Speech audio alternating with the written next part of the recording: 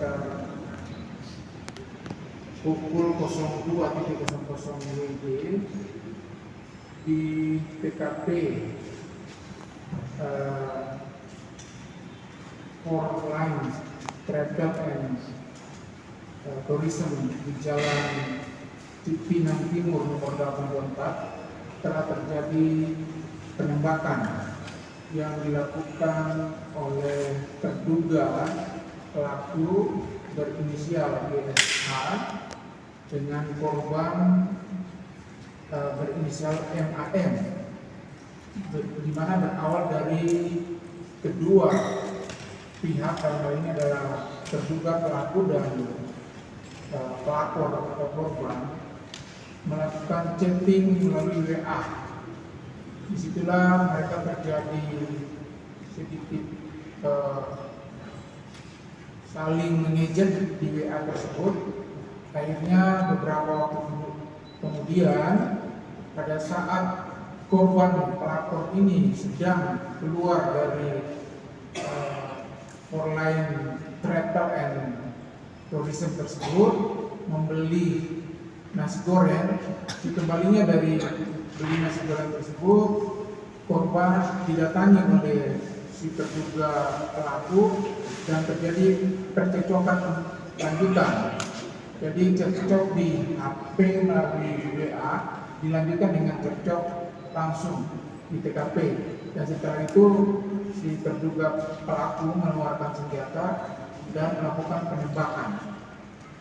Penembakan pertama diarahkan ke atas dan korban atau pelapor ketakutan lari dan menutup pintu ruko tersebut, Four Line Travel and Tourism tersebut. Selanjutnya dia melarikan diri ke lantai 2. Di lantai 2 si korban menengok lagi keluar, melihat si terduga pelaku, dan terduga pelaku melakukan penembakan lagi 2 kali ke arah korban pelapor dalam hal ini, dan untung ada kaca sehingga kaca yang ada itu pecah dan mengenai tangan korban dan lengan korban, sehingga mengalami luka dari pecahan korban. Selanjutnya penyidik melakukan langkah-langkah melakukan pemeriksaan terhadap 4 orang saksi yang ada di TKP. Berikutnya menyita barang bukti berupa pecahan kaca, 2 selongsong peluru dan 1 peluru yang masih aktif. Dan selanjutnya penyidik memanggil terduga pelaku sebanyak 2 kali, namun terduga pelaku tidak hadir tanpa alasan yang sah. Selanjutnya penyidik barang bukti yang ada, penyidik melakukan atau mengirim ke pemeriksaan balistik di laboratorium forensik, serta melakukan pemeriksaan terhadap bagian Subdirektorat Wasenda untuk melihat keabsahan dari senjata api yang digunakan oleh terduga pelaku dalam hal ini. Selanjutnya hasil penyelidikan Polres Metro Jakarta Timur, karena terduga pelaku HP-nya hilang dan dari pihak keluarga menjanjikan bahwa akan menghadirkan terduga pelaku ke hadapan penyidik, namun sampai dengan tanggal 28 Februari 2024 tidak juga kunjung hadir. Selanjutnya penyidik melakukan penyelidikan dan akhirnya penyidik menemukan terduga pelaku yang berada di sebuah showroom mobil di daerah Tajur, Bogor Selatan. Akhirnya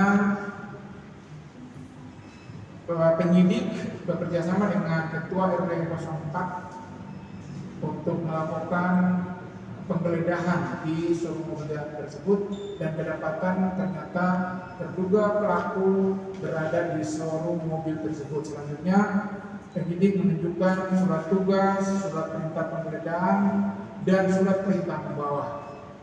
Karena untuk itulah dengan surat perintah membawa itu terduga pelaku dibawa ke Polres Metro Jakarta Timur sampai saat ini.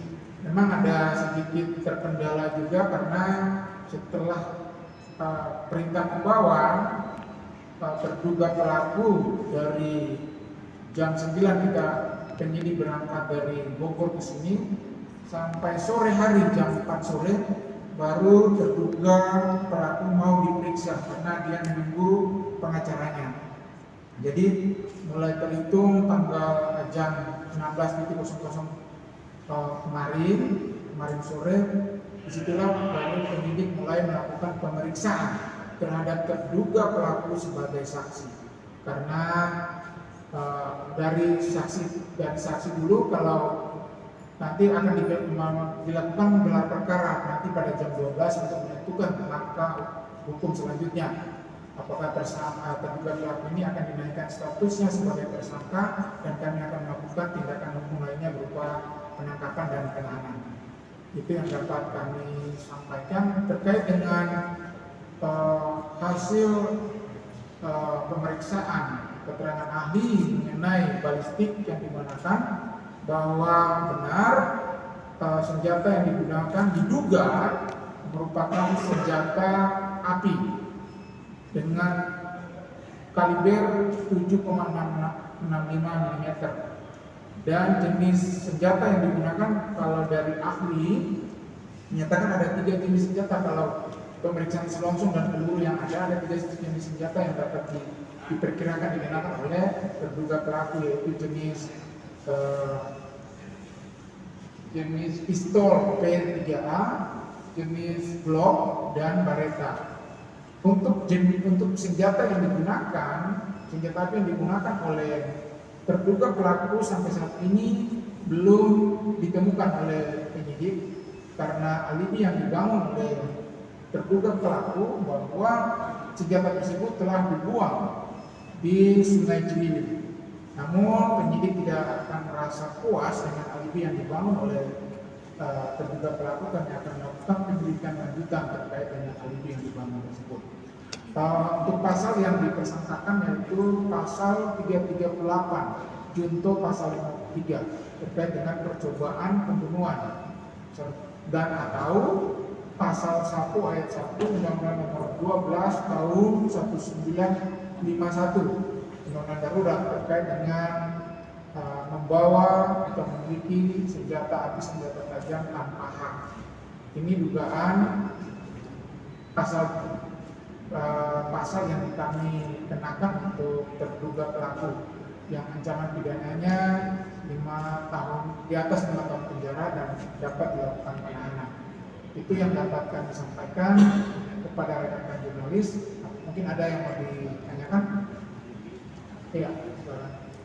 Pak, perkenalkan, selamat pagi. Perkenalkan saya Mas Ari dari media Display.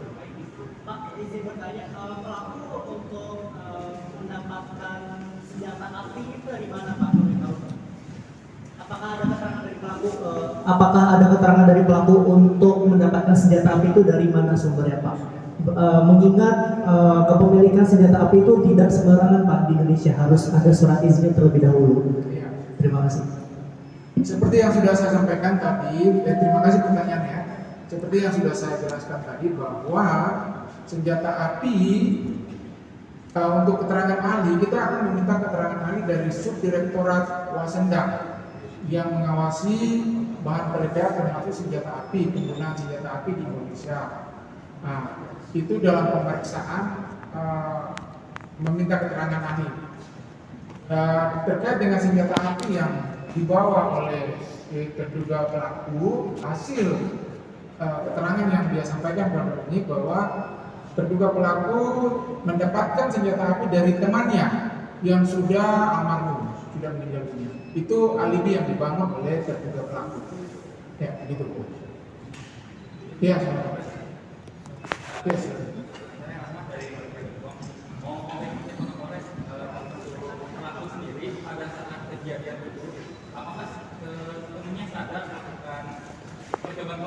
Atau dia dalam pengaruh alkohol atau segala macam ya? Izin Pak Kapolres. Terima kasih. Iya, terima kasih Mas Rahmat.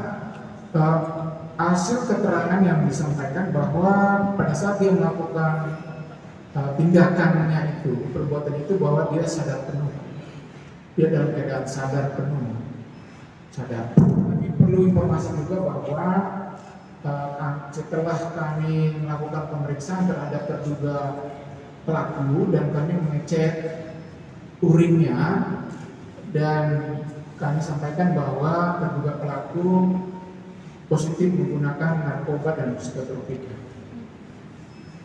Hasil tes urinnya ya. Ya, silakan. Kita mau tanya, untuk pelaku sendiri, Pak Gatan Saleh itu apakah sudah ditetapkan tersangka? Terus lalu ada berapa saksi yang telah diperiksa? Terus untuk saat ini korban apakah dapat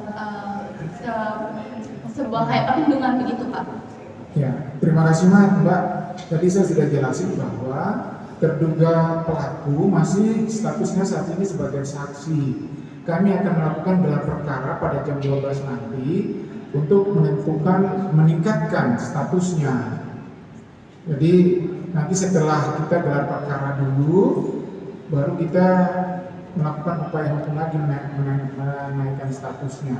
Ya, jadi untuk sementara ini sampai jam detik press release ini statusnya daripada terduga pelaku adalah saksi. Ya, terkait dengan apa lagi sih itu pertanyaan tadi? Ada berapa saksi? Oh, saksi yang sudah kami periksa di TKP ada 4 orang. Yang pertama adalah MAM, saksi korban, yang kedua S, yang ketiga MH, dan yang keempat Z. Ada 4 orang yang berada pada saat peristiwa itu terjadi. CCTV sudah kami kirim ke forensik, laboratorium forensik untuk dilakukan pemeriksaan.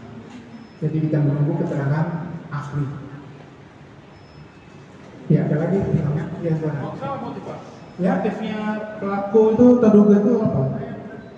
Motifnya ini saling ejek-mengejek, berawal dari chatting mereka di WA itu saling ngejek-ngejek. Jadi motifnya mereka itu berawal dari saling ejek-mengejek satu dengan yang lain. Dalam hal ini mungkin terduga pelaku merasa kecewa atau terhadap korban ini sehingga dia datang dari rumahnya yang berada di daerah Jakarta Selatan ke wilayah Jakarta Timur di rumah atau di rumah keberadaan daripada si korban atau pelapor. Gitu. Ya, silakan Mas. Informasi lagi tadi katanya pelaku positif narkoba. Nah, kira-kira itu jenisnya apa Pak? Boleh dikonfirmasi? Kenapa? Jenis. Jenis untuk narkotika jenis ganja dan psikotropika itu berupa